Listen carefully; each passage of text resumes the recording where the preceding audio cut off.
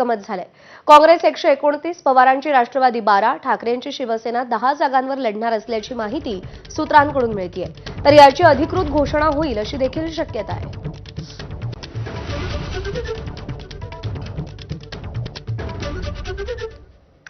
नागपूर महानगरपालिका निवडणुकीत भाजप शिवसेना युतीचा आज तिढा सुटेल अशी शक्यता आहे।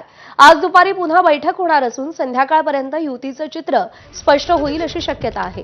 शिवसेनेनं भाजपकडे 50 जागांची मागणी केली आहे आणि ती मागणी भाजपला मान्य नाही।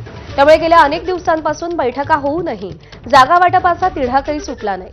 दरम्यान भाजपचे नेते चंद्रशेखर बावनकुळे आणि उदय सामंत, संजय राठोड यांच्या बैठकीमध्ये नागपुरात युती करण्याचं तत्वतः निश्चित करण्यात आलं होतं।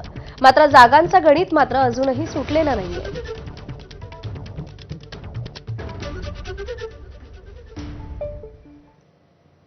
छत्रपती संभाजीनगर महापालिकेसाठी एकनाथ शिंदे यांचे शिवसेना आणि भाजपमध्ये अजूनही युती झाली नाहीये। ज्या ठिकाणी एकमत होत नाही त्या ठिकाणी मैत्रीपूर्ण लढत करण्याचा दोन्ही पक्षाचा विचार आहे।